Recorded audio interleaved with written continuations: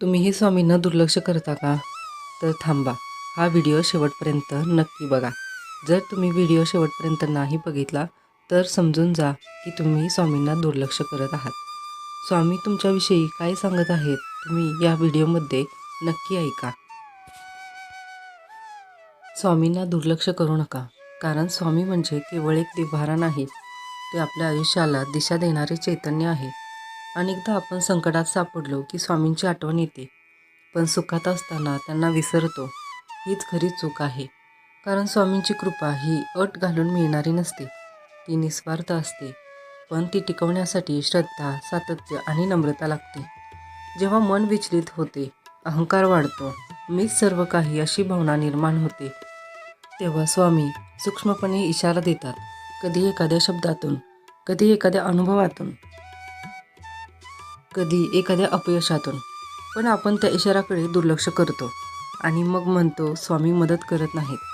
प्रत्यक्षात स्वामी नेहमी सोबत असतात, फक्त आपली नजर त्यांच्याकडे नसते. स्वामी सांगतात, मार्ग मी दाखवतो, चालायचं तुझं काम आहे. पण आपण मार्ग दिसूनही आळस, भीती, मोह किंवा संशयामुळे थांबतो आणि मग दुःख वाढतं. स्वामींना दुर्लक्ष करणं म्हणजे आपल्या अंतर्मनातील सद्बुद्धीला दुर्लक्ष करणं होय. कारण स्वामी म्हणजे शुद्ध विवेक, धैर्य आणि विश्वास. जाप, नामस्मरण, सेवा आणि सदाचार हे स्वामींना जवळ ठेवण्याचे साधे मार्ग आहेत. त्यासाठी मोठं काहीही करण्याची गरज नाही, फक्त मनापासून स्वामी समर्थ म्हणण्याची तयारी हवी. जेव्हा आपण नियमितपणे स्वामींचं स्मरण करतो, तेव्हा मन स्थिर होतं, निर्णय स्पष्ट होतात आणि संकटातही आशेचा दिवा विझत नाही. म्हणून स्वामींना दुर्लक्ष करू नका.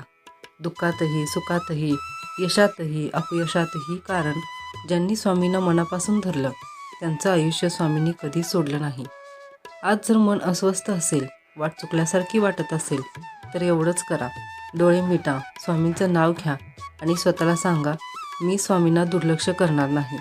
कारण जिथे श्रद्धा टिकते, तिथेच स्वामींची अखंड कृपा वाहत असते.